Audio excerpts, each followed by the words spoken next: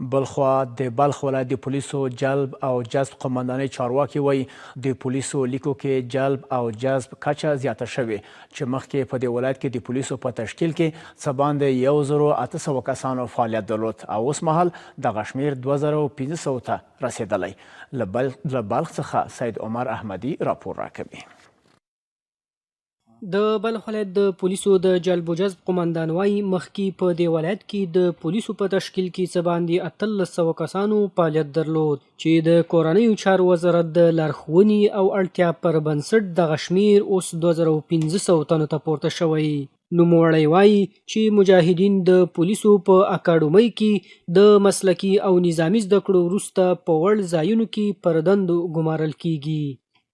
600 بست دیگه اضافه شده که میشه 2453 نفر. البته مربوط قماندانی امنیه بدون سرحدات میدان هوایی 2253 نفر است.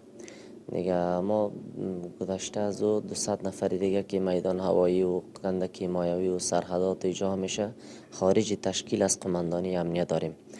هغه همدارنګه ویل چې د پولیسو په لیکو کې 143 تنه ښځینه پولیسي د اړتیا په اساس په دولتي ادارو کې هم کار کوي. اینا 143 بسته که داریم اینا به عنوان رسمی کار میکنن. دیگه دومش همی که اینها ما تقریبا در طی 6 ماه گذشته ما 53 نفر از اینها را جذب کردیم که سابقا متبقی از اینها جذب شده راه بودن.